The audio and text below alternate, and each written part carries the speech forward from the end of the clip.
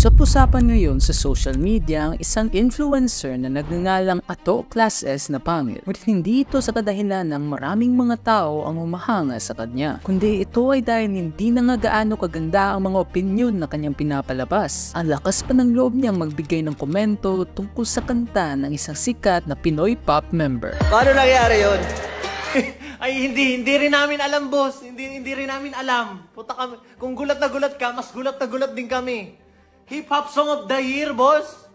Tayo na kahit yung lupay-pay ni Haring Manggi, silat ka dun, boss eh. At hindi lamang ito isang dahilan kung bakit maraming mga tao ang nagagalit sa kanya. Ako nga pala si AC at sa videong ito, tatalakayin natin ang roller coaster downfall ng isa sa mga influencer na palaging may nasasabi sa bawat issue kahit na wala naman itong kabuluhan.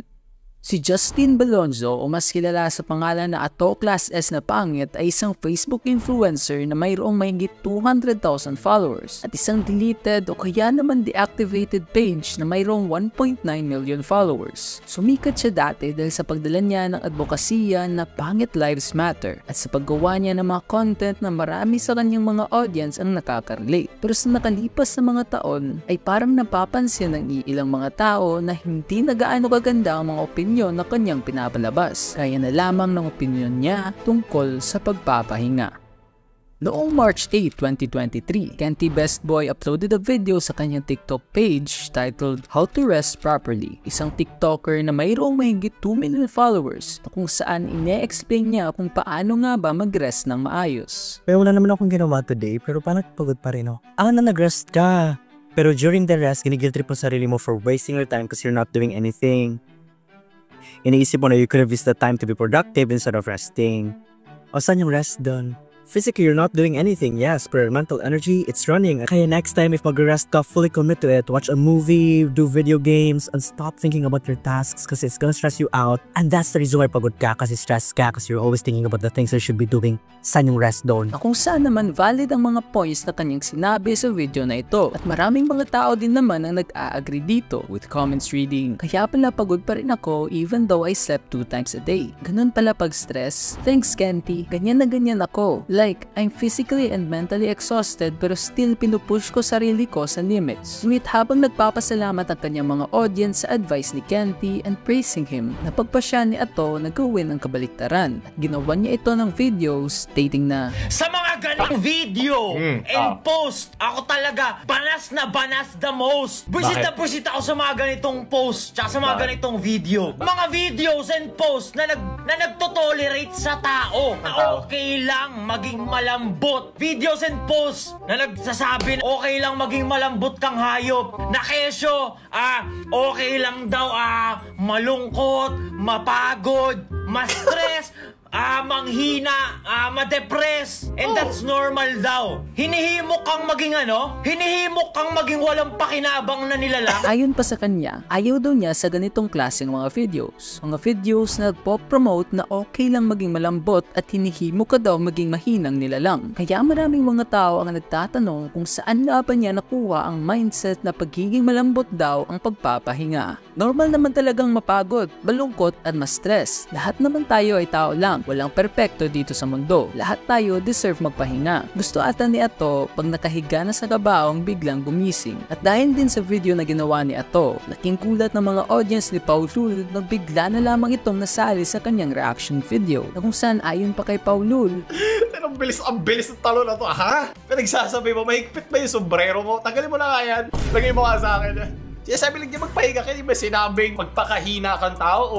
sinasabi lang niya, kunyari, doon sa linggo na nagpakahirap ka, nagtrabaho ka, nag-aral ka, kung ano man pinagdadaanan mo sa buhay, na kunyari sa araw ng linggo o ng Sabado, kalimutan mo muna yan, di ba? Ipat mo sarili mo sa likod, good job, at magpahinga ka, mag-enjoy ka, magkaroon ka ng hobby. Ngunit kahit na nasama lamang si Ato sa mga memes na nire-review ni Paulul, ayon pa sa comment na ito, feeling na daw kaagad ni Ato na may katapat na daw ito dahil gumawa din ito ng video responding to Paulul's reaction, stating na alam nyo, kayo diba kayo yan, si Paulul, yung mga TikToker na nagbibigay ng mga ganitong klaseng encouragement video na okay lang yan. Putang ina, okay lang, wala kang gawin maghapon, 'di ba?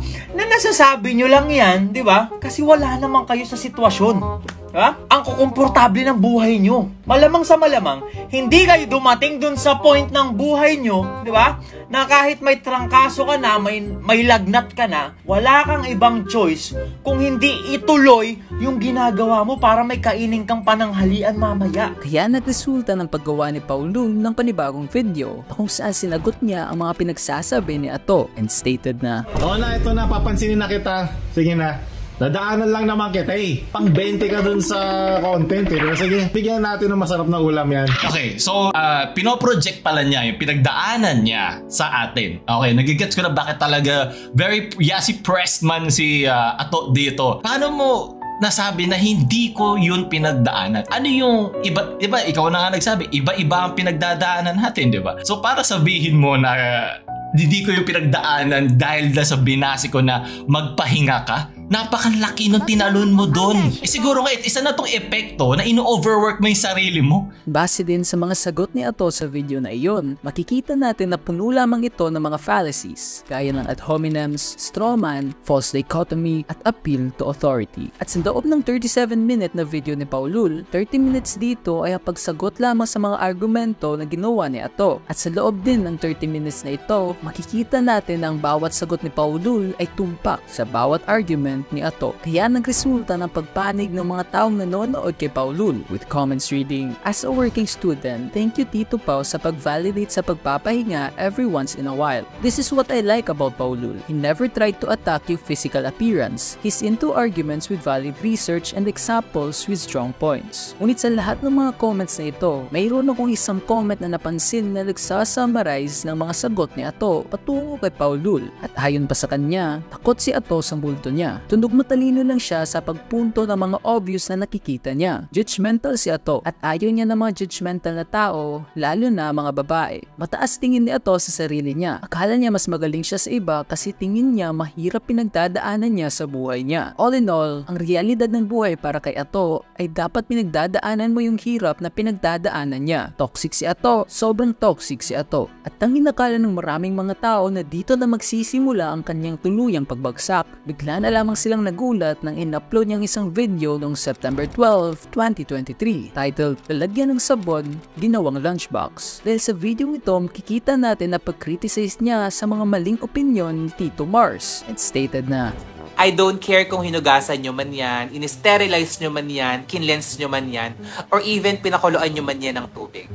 So long as lagayan yan ng sabon at hindi nyo tinanggal yung label, kabastusan yan." Ay, tanga! Hindi kabastusan yun! Hindi kabastusan yun! Di ba? Alam mo tawag doon? Alam mo tawag doon sa ginawa nung magulang nung bata? Hindi kabastusan yun eh. Alam mo kung ano tawag? Diskarte! Diskarte yun! Pagiging maalam! Nang dahil din sa pagsagot ni Ato kay Tito Mars, biglang nagbago ang pananaw ng kanyang mga audience na minsan ay sobrang galit sa kanya at napalitan ito ng pagpuri sa pagsagot niya kay Tito Mars, with comments reading, "Very well said, boss. Nice idol Ato, ilubog mo pa ng matauhan. Real talk yan, boss Ato. Ako nga hanggang ngayon, baunan ko ng kanin yung Selecta ice cream." Ngunit sa kabila ng lahat ng mga papuri na ito, hindi niya alam na dito na pala magsisimula ang kanyang tuluyang pagbagsak. Noong October of 2024, nag-viral ang isang video tungkol sa issue ni Boy AC Garage na kung saan ayon pa sa mga taong bumili ng kanyang sasakyan ay inuuto lamang daw sila nito dahil kahit isang oras pa lamang ang nakalipas bago nila binili ang sasakyan sa kasa ni Boy AC Garage ay tumirik na daw kaagad ito at ayaw daw nila ito bigyan ng refund. At habang parami naman ang parami ang mga taong gumagawa ng video tungkol sa issue na ito, napagpasyahan din ni Ato na maglabas ng kanyang sariling opinyon and uploaded a video titled 160K Family Car, Good Running Condition, Sariwang-Sariwa. Di pwedeng magtatanga-tanga ka sa internet tas porkit ikaw yung nag-video, ikaw yung nag-caption ng mahaba, ikaw na yung tama. Dahil tanga, 2024 na. Di ba? Ngayon maghahanap ka family car, 160K, good running condition, ita-travel goals kayo, ibabagyo goals kayo, i-Elyo kayo, i-Ilocos kayo, ibibicol kayo. Walang ganon! Ngunit maraming mga tao ang nagtataka kung bakit hindi nagtutugma ang mga sinasabi ni Ato sa issue na nangyayari at patuloy nitong sinasabi na family car daw kahit wala namang sinabing family car sa video na nag-viral. Kaya nagresulta na naman ang pagbati ko sa kanya ng kanyang mga audience. audience. Hindi naman yung budget ang usapan. Ang issue dito, sinabing good running condition pero biglang inamat yung auto. Huwag mo nang ituwid yung baluktot, idol. Idol kita, nakafollow ako sa iyo, pero dito ako sa iyo nanismaya. Binayaran ka ba? Matapos ang issue na ito, mas lalo lamang pinalalim ni Ato ang hukay na kanyang ginawa dahil matapos lamang isang buwan na pagpasya ni Makagago Was Up Man na sumagot sa video na ginawa ni Ato tungkol sa isa nitong video habang kinikriticize niya si Bugoy na Koykoy. Yung buong video nung pinanood ko, malinaw na promoting to hate Bugoy na Koykoy lang, di ba? Wala talagang sense, hindi man lang na-elaborate ng maayos. Talagang mura lang mura kung ano-ano lang yung sinasabi. Wala akong ibang pinopromote, kundi pagmumura at walang sense yung pinagsasabi ko. To tell you the truth, this is the difference between me and you. Ako, si Makagago Was Up Man, ay natutong magbago. Iba na ang content ko for your information. Nakailang ulit na din ako sa social media na pinagsisisihan ko lahat ng ginawa ko. Uunahan na kita bago mo pa ako tirahin, ha? Bago ka sumagot. Kasi sigurado kung sasagot ka, kapos na naman. At nang makita ito ni Ato, dali-dali niya ito ginawa ng video responding to Makagago and stating na, Tas ayun na yun. Ayun ay sulat mo. Hindi ka mahiya dun sa mga nag-uubos ng data. Tsaka lahat ng pinagsasasabi mo, katumbas lang ng sinabihan mo ko na ang pangit-pangit ko. Bakit? Alam na ng lahat yun. Wala kang sinabing kakaiba. Di na para patulan dapat tong low IQ na otnis na to eh. Ngunit kung inakala niya to na maraming mga tao ang kakampi sa kanya dahil sa video na ito, makikita naman natin sa likes to dislike ratio na libo-libong mga tao ang mas nagalit pa dahil sa sagot niya kay Makagago. Wala Ato, malayo agwat nyo ni MG pagdating sa pananaw nyo. Childish man sa paningin mo si MG, pero on point yung mga banat at sinasabi, sa iyo, walang punto, wala ding talas. Sorry Ato, kay MG ako dito. YouTube channel mo to pero walang kampi sa iyo na comment. Kaya nung napansin nga ni Ato na wala talagang kumakampi sa kanya sa comment section, he decided to pin his own comment, stating na, troll farm ang putya, comments sa pattern, babatayin pa ako, resulting in Makagago uploading another video para sagutin ang 1 oras na pagsasalita ni Ato. At sinimulan niya ito by stating na, Hindi daw siya naiinggit kay MG. Inggit? Kanino sa'yo? Ako maiinggit sa'yo. Walang meron ka na gustong-gusto kong mapasakin. Ato naman, wala naman talagang kainggit-inggit sa akin. Parehas lang tayong pangit. Parehas lang naman tayong influencer. At anong sabi mo? Wala kang gusto na meron ako kaya hindi ka naiinggit. Sigurado ka ba dyan? Hanggang dito hindi ka nagre-research. Walang yaka kaya ka napapatanggal sa political vlogging eh. So, anong masasabi mo dito? Di ba ito yung pangarap mo, Ato? Ito lang naman yung pangarap mo na 1 taon ko nang nakamit. Nang dahil na sa video ito, na-realize niya to ang kanyang pagkakamali. At noong November 12, 2024, he uploaded a video titled, May 1.9 million followers ako pero di ako tumutulong sa pamilya ko. Nag-aabang ng pabalang na rebat ko kay MG. Wala. Magpapasko. Negativity pa rin. Di na. Pag nakasalubong ko siya, kamayan ko yan. Kasama par. Diba? Kasi chinat ko nga siya actually nung unang round niya. Chinat ko siya.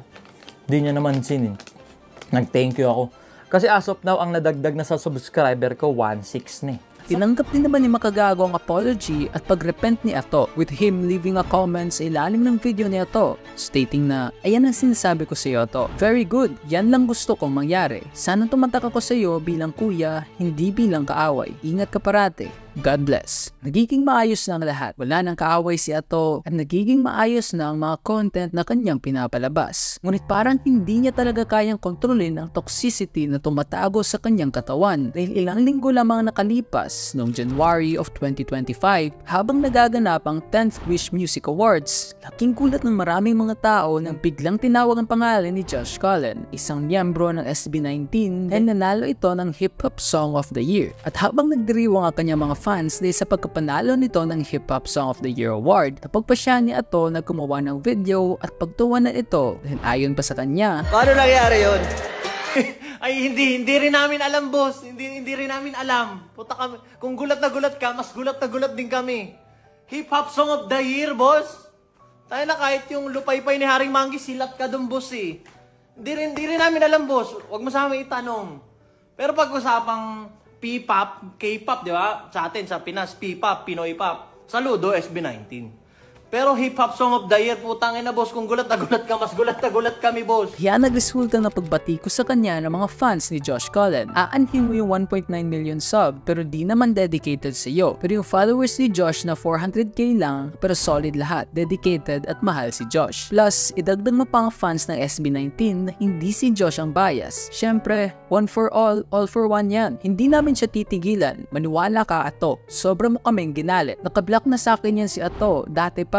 Sobrang toxic kasi. Nung tinira si Josh, ayun, unblock siya sa akin para i-report lang. Napagpasyan din ni Josh na i-share ang video ni Ato sa kanyang Facebook page with the caption na, "Sorry na mga boss, di mo naman sinabi na ganun pala requirement pagkakanta ng hip-hop at magra-rap. Maasim 50%, gang-gang 30%, bastos bars 20%. Di ako nag-nominate sa sarili ko, idol." At nang mapansin ni Ato na dumarami na mga fans na nagagalit sa kanya, napagpasyan niya na gumawa ng apology. Uploaded a video sa kanyang YouTube channel titled Unang Major Learning this 2025, na kung saan ayon pa sa kanya, na-figure out natin ano yung naging error natin. Ako ang naging error ko, bukod kasi sa gusto ko ng engagement, ang nagtulak din sa akin, trippings din talaga. At nang malapit na matapos ang video, dito pa niya sinimulan ng kanyang apology, stating na, "So sa na-offend ko na community ng supporters ng SB19 or ni Josh Cullen in particular, humingi ako ng tawad, syempre. Dun sa very insensitive trippings ko kahapon. Humingi ako ng tawad, tapos thank you sa makakaintindi." Habang naka-live din si Josh Cullen sa kanyang TikTok page, napagpasyan din niya na i-address ang issue na ginawa ni Ato, na kung saan ayon pa sa kanya, "Para kay Ato lang yun eh. Dahil sinabi ko na lang, requirement para dapat maging kamukha mo." Medyo di kasi nakakatawa. Siyempre, yung di ko naman ni-nominate yung sarili ko, sabi ko. Tsaka bakit, di ko rin alam bakit ako na-nominate doon. Pero in a way, diba, mali pa rin kahit kanino mangyari yun. Hindi mo dapat ginagawang katatawanan yun. Nag-sorry na naman siya. Ako, to be honest, ako, goods na sa akin yun. Hindi naman ako masama eh. Naiintindihan ko naman yung mga gano'n nagkakamali din. Kaya nang makita ni Ato ang response na ito, ginawa niya kaagad ito ng video para sagutin ng mga fans ni Josh Cullen, stating na, "Okay lang daw siya, okay? Si Josh Cullen na naargabyado ko, okay lang daw siya, okay na daw siya. Ngayon, mag-uusap tayo. Kayo